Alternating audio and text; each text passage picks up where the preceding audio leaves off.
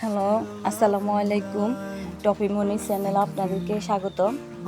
আমার আজকের রেসিপি হচ্ছে বাটা মরিচ দিয়ে তেলাপিয়া মাছের পাতুরি। তো আমি পাতুরি রেডি করার জন্য কড়াইতে তেল দিলাম, তারপরে পেঁয়াজ অ্যাড করে দিলাম। পেঁয়াজগুলো একটু নরম হওয়ার পরে রসুন বাটা দিয়ে দিছি। রসুন বাটার পরে আমি একটু হলুদ গুঁড়ো দিলাম, তারপরে লবণ দিলাম। এখন বাটা মরিচগুলো অ্যাড করে একটু নেড়ে চেড়ে নিচ্ছি। বাটা মরিচগুলো তেলের সাথে একটু ভালো করে করলে ঝালটা কমে যায়, ঝালটা কম হয়। এখন আবার আমি একটু নেড়ে চেড়ে নিচ্ছি।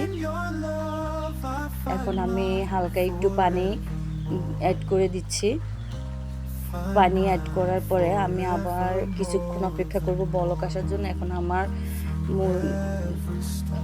মরিচগুলোতে বলক চলে আসছে। এখন আমি মাছগুলো অ্যাড করে দিচ্ছি। মাছগুলো অ্যাড করার পরে আমি একটু নেড়ে ছেড়ে নিচ্ছি।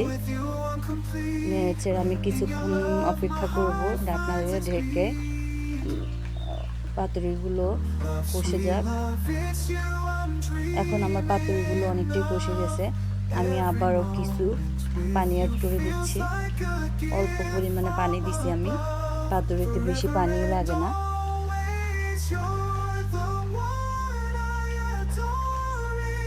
এখন আমি অপেক্ষা করতেছি পানিতে বলকগুলো আসার পরে, আমার পাতুরিটার ঝোল ঘন হয়ে আসার পরে আমি নামিয়ে নিব।